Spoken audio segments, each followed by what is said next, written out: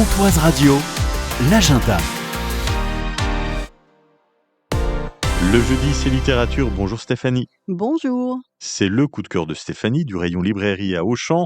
Un livre local, régional, un auteur haut-saônois pour se parler de La chèvre des marais. Vincent Bousserez est effectivement un auteur franc-comtois. Il a suivi sa scolarité en Haute-Saône, poursuivi ses études à Paris et de retour dans sa région natale pour se lancer dans l'écriture de romans historiques sur notre très belle région. Dans La chèvre des marais, Vincent nous bluffe parce que c'est un roman policier qu'il a sorti, truffé de patois comtois. Une série de meurtres dans le paisible village de Solno amène le capitaine Peureux, un gendarme du cru un peu macho, son coéquipier et ami médecin légiste Tissot et une spécialiste des légendes comtoises, Alice Sémonin, à enquêter sur cette sordide affaire.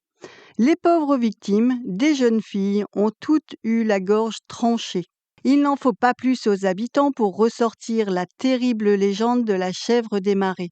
On raconte que le spectre d'une chèvre, accompagné d'une flamme et poussant des bêlements lugubres, hante les marais. Si vous la suivez, elle disparaît, mais si vous la fuyez alors, elle vous poursuit et vous tue sans pitié.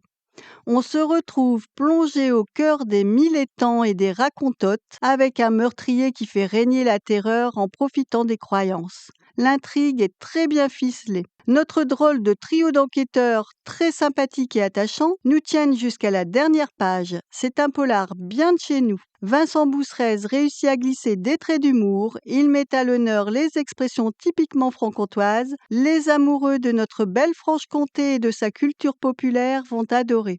Pour vous faire une idée, vous avez meilleur temps de lire La chèvre des marais de Vincent Bousserez. Et si vous voulez en apprendre plus sur Vincent et sur son parcours, vous avez un podcast, un Comptoise Story à retrouver sur notre site internet comptoiseradio.fr et sur l'application mobile.